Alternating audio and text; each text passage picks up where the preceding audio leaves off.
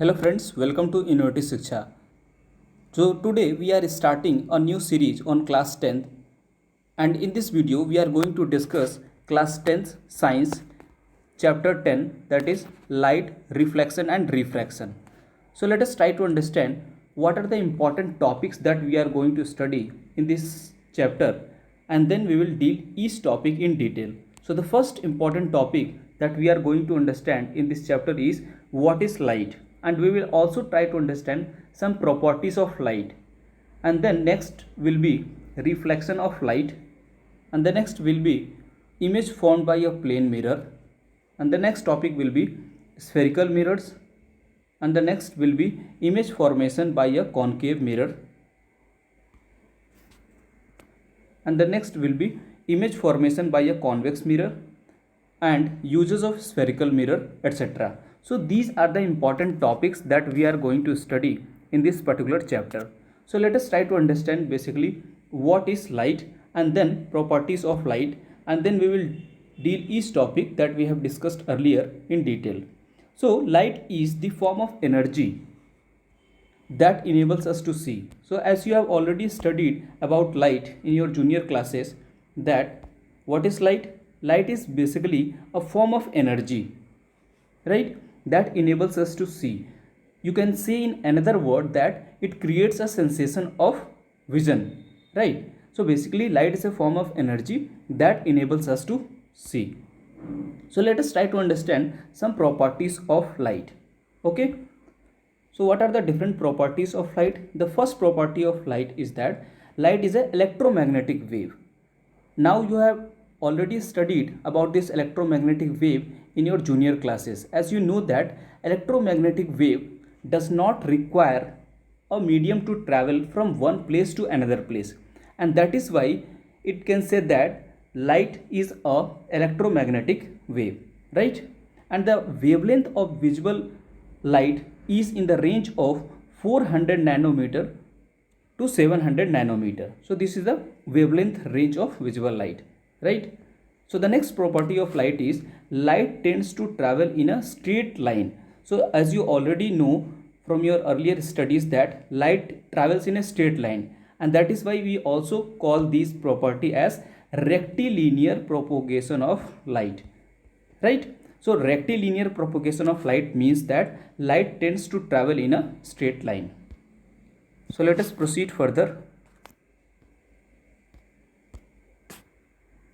The next property is light has dual nature, that is wave as well as particle. So as you know that in our nature, everything which is existing, either it is in the form of wave or it is in the form of particle. But light has a different characteristic. Why light has a different characteristic? Because light exists in both the nature, that is light acts sometimes as a wave and sometimes as a particle. As we have already discussed that light is an electromagnetic wave, right?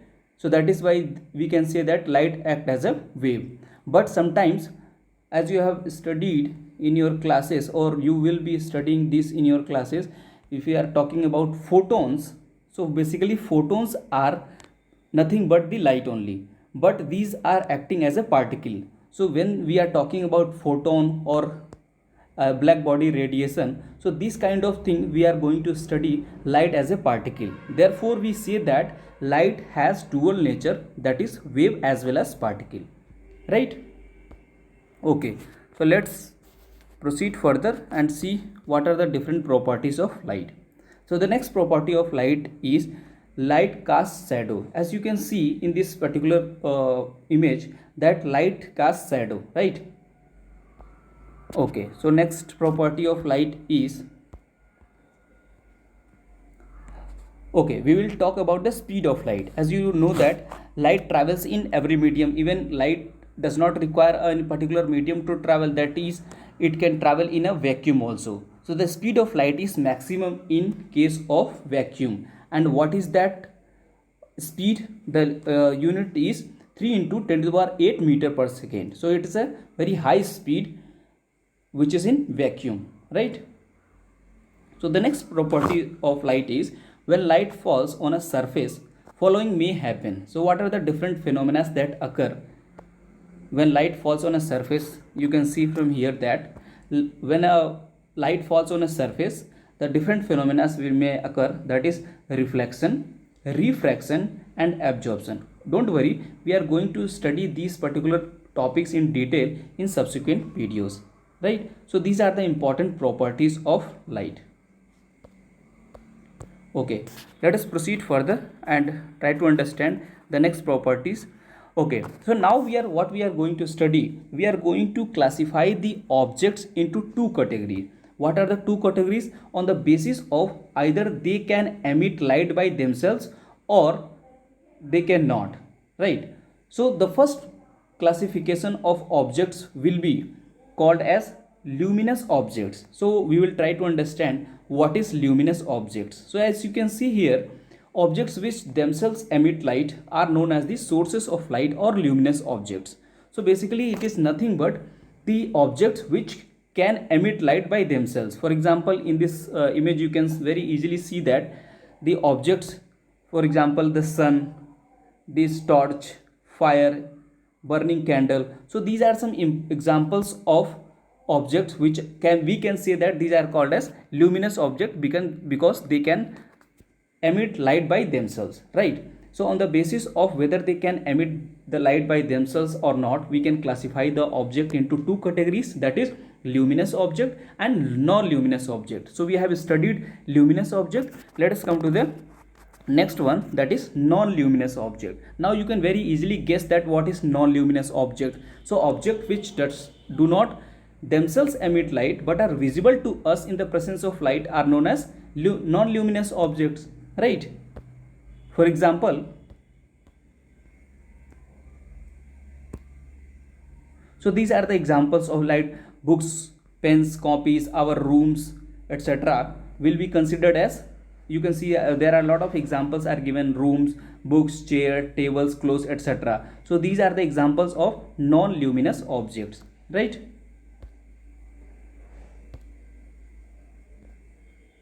Okay, so let us proceed further and try to understand the next topic, that is ray of light. Okay, so we are going to study two important topics that will be very helpful in our subsequent understanding of this chapter, that is light. So the first topic will be ray of light. As you already know that light travels in a straight line from one point to another point. Let us suppose these are the 2 points, that is point A and point B, and light is traveling from point A to point B in a straight line. So this straight line path of light is called as ray of light. Okay, so this straight line path when the object is traveling from one point to another point is called as the ray of light, right? Okay, so let us understand the next one, that is beam of light. So basically beam is nothing but bundle of rays, right? So basically a bundle of rays constitutes a beam of light. So in the case of ray of light, we had only a single line, that is this path. This is called as ray of light. But when you are talking about this kind of thing, so this will be called as beam of light, right? As you can see from this image also, from here you can see this is your image, and in this image we can see that this is your ray of light and this is a beam of light, right? So in this chapter or in this video, what we have understood, where we have understood many different important topics, that is light. So in this topic we have studied light, that is what is light. Okay, let us just revise that what we have done today in this video. So first of all, we studied about light. So what is light? Light is a form of energy that enables us to see, right? And we have also studied some properties of light. So what are the different properties of light we have studied? Let us discuss some properties that we have studied today. So the first property was light is an electromagnetic wave. That is, it does not require a medium to travel from one point to another point, right? And the wavelength of visible light occurs within the range of 400 nanometer to 700 nanometer, right? Okay, so there were a lot of properties. For example, light travels in a straight line, and we call these properties as rectilinear propagation of light. And then we also understood some important properties, as well as we classified the objects into two categories on the basis of luminosity, that is luminous object and non-luminous object. So luminous objects are those objects which emit their light by themselves, for example sun, star, etc. And non-luminous objects does not